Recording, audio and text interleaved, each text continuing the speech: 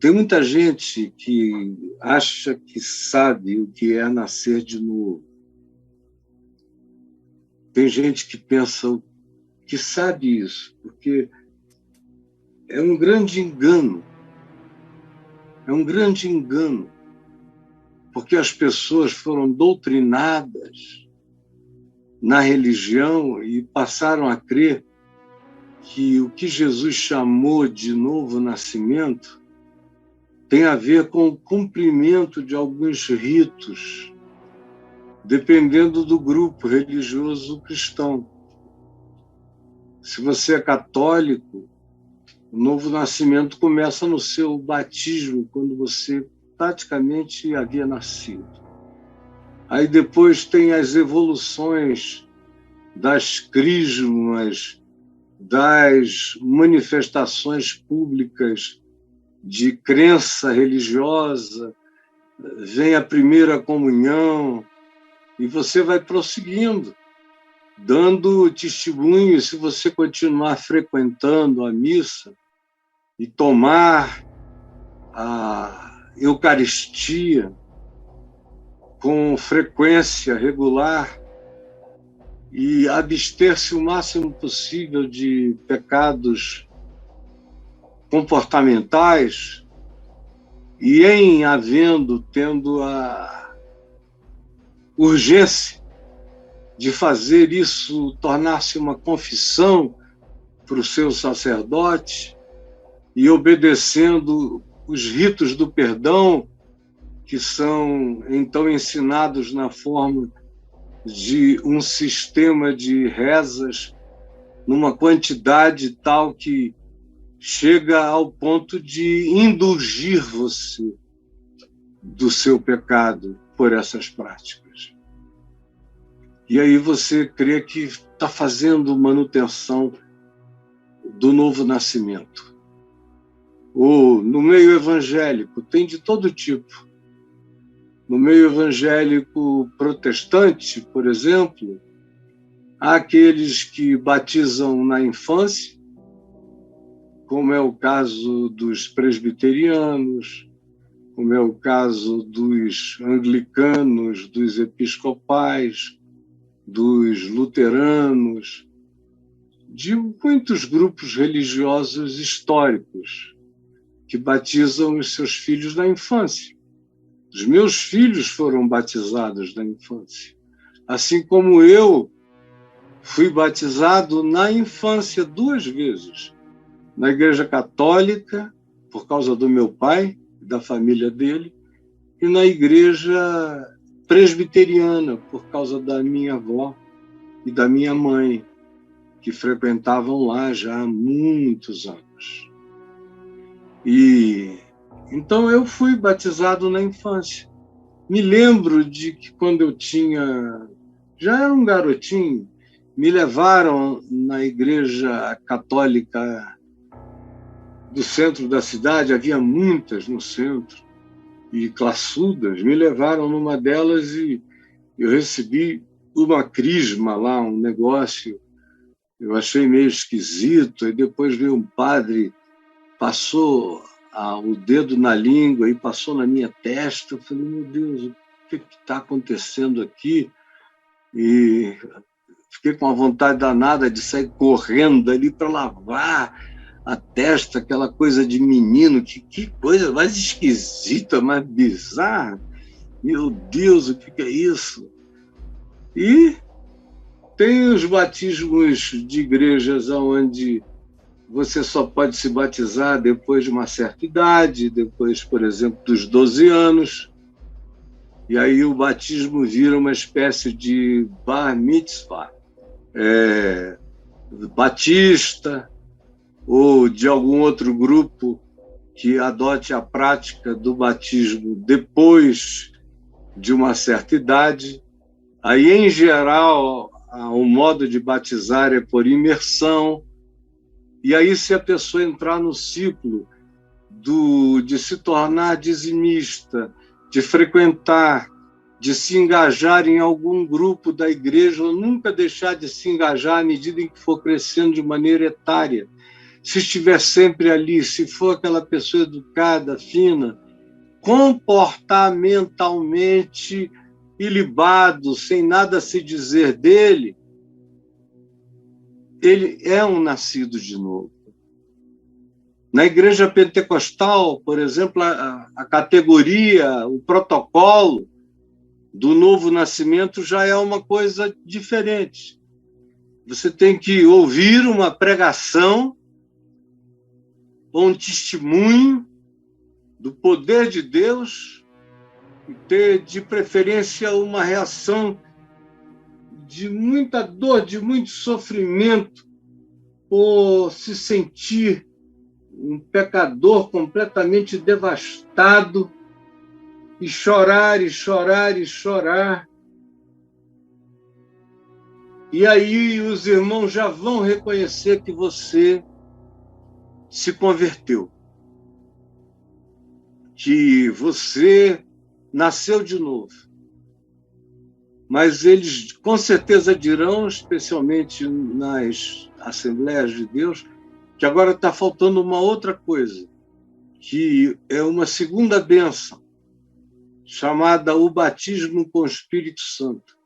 O batismo do Espírito Santo tem que ser caracterizado por falar em línguas estranhas, ou tem que ser marcado de dons muito visíveis, mas nada substitui o falar em outras línguas. Então, todo mundo tem que falar em outras línguas para ter dado o passo adiante do novo nascimento, da regeneração e da bobagenzinha do perdão dos pecados e da salvação, para receber, então, o poder que fará do indivíduo um ser super, super, super poderoso. E aí, quando chega alguém, e na maioria, desculpa, deixa eu continuar, e na maioria das igrejas de natureza emocional, de mais ênfase na emoção, no choro, no rodopio, no grito, na catarse, essas coisas é que definirão essas subtezas, esses desmaios, esse revirar de olhos, esse cair estremecendo-se, essa espécie de ataque epilético, mas nesse caso é uma bênção do Espírito. Se isso acontece, então a transformação de Deus, o novo nascimento acometeu você, mas eles continuam estimulando você a participar disso, a sofrer isso a vida inteira, até que chega o dia que um monte de gente cansa de cair, de não estou mais afim, cansa de falar em línguas que ele teve que aprender com o apóstolo Arnaldo, cansa de um monte de coisas. E diz, meu Deus, isso nunca aconteceu de dentro para fora, nunca foi sincero. Ele, no entanto, vai embora da igreja, que é aquela agremiação, que é o pessoal do clube religioso dele, da torcida denominacional, é uma torcida como a do Flamengo, a do Fluminense, a do Vasco, a do São Paulo, a do Santos, a do Palmeiras, a do Fortaleza, a do Atlético Paranaense, a do Coritiba, a do, meu Deus, do Atlético, do Galo, do Cruzeiro, do América Mineiro, do Nacional, do São Raimundo, do Paysandu, do Náutico. Enfim, são só torcidas organizadas, mas são obra da carne. Mas o cara a si mesmo se sente desigrejado. E eu fico vendo um monte de desigrejados e perguntando, meu Deus, esse cara nem nasceu de novo.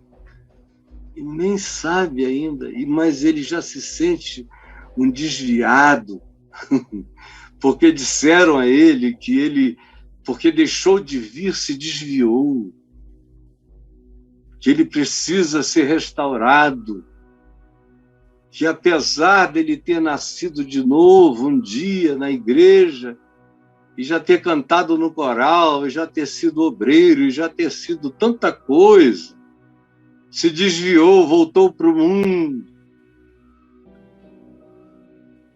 está bebendo cerveja, está gostando de mulher, mas não quer casar, está gostando de homem, mas não quer que ninguém saiba, está gostando de mulher, mas ninguém pode saber. Enfim, é o de sempre, o cardápio. Ou se divorciou, ou se amigou, se conjugalizou, foi namorar conjugalmente uma pessoa, ou qualquer que seja a razão de natureza de costumes ou de morais religiosas que o cara supostamente tenha infringido. E aí, essas infrações de trânsito em rua de religião fazem ele pensar que se tornou um nascido de novo desviado. E aí no Brasil já são 14, 15 milhões ou mais. É a segunda maior denominação do Brasil, é a dos desviados e desigrejados. Ao mesmo tempo, se você pergunta a eles, escuta, está a fim de voltar? A maioria não quer nem pensar, ficaram com traumas. Trauma que os faz dizerem, não, Deus me livre, e ao mesmo tempo uma culpa que os faz sentirem-se em estado de rejeição da parte de Deus, porque eles não gostam da maluquice humana, feita em larguíssima escala, em nome de Deus.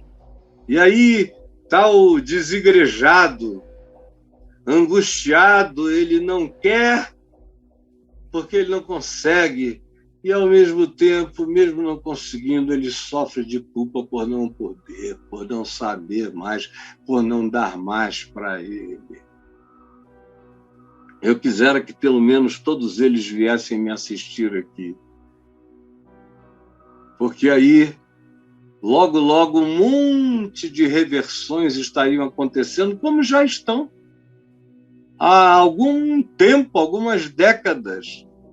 Eu me lembro quando a gente começou a falar aqui na Vem Ver TV na internet, e quais eram os temas, quais eram os assuntos. Quando eu iniciei meu site, caifab.net, os assuntos eram outros, isso tudo agora se tornaram águas passadas.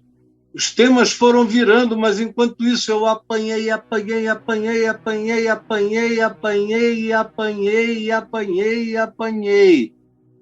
Mas Paulo dizia, eu ofereço meu lombo em favor de vocês para que a glória da percepção do evangelho da graça de Deus aos gentios, que somos nós, não seja arrancada de vocês, e eu não tenha assim corrido em vão. Por isso vos anunciei a graça de Deus.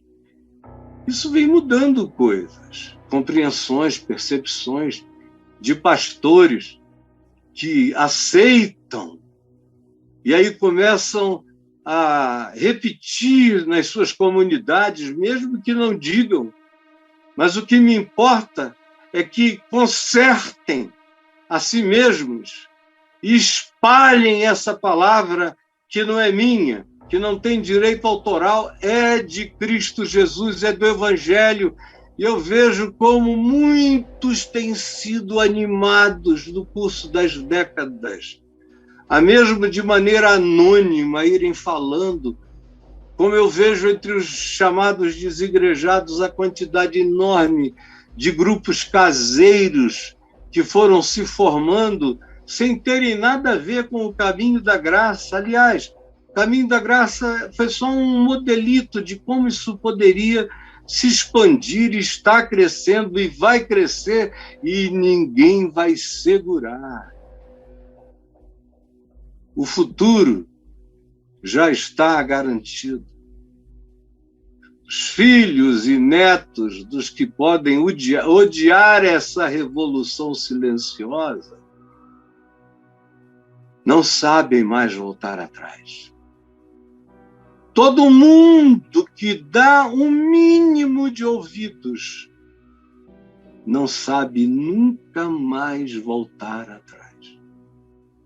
É por isso que é tão apavorante, porque é profundamente lacerante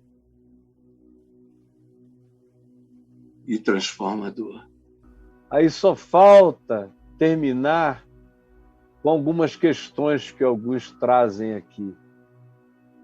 É que a religião, para transformar isso que Jesus ensinou aqui em algo palatável, para não escandalizar os crentes, ela transformou a carne de Jesus no pão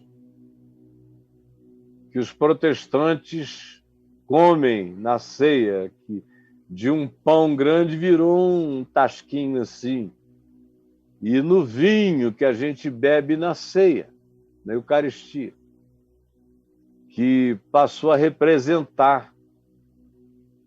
E aí os crentes acham que está tudo bem. Quando para Jesus, na realidade, a coisa é infinitamente mais radical. Não era numa refeição que a gente resolveria isso, você teria que absorvê-lo, absorver o espírito dele, a mente dele, a consciência dele, a palavra dele tinha que virar carne em você, sangue em você, vida em você. É grave, é sério, não é uma mesa com pão e vinho. Aquilo ali é memorial da morte e ressurreição. Aqui ele está falando da absorção do evangelho para o cotidiano da vida. Para a gente se tornar pessoas da mesma natureza dele, do mesmo DNA dele, do mesmo espírito dele, do mesmo gene espiritual dele. Compreendeu? Aí na Igreja Católica fizeram algo mais sério ainda.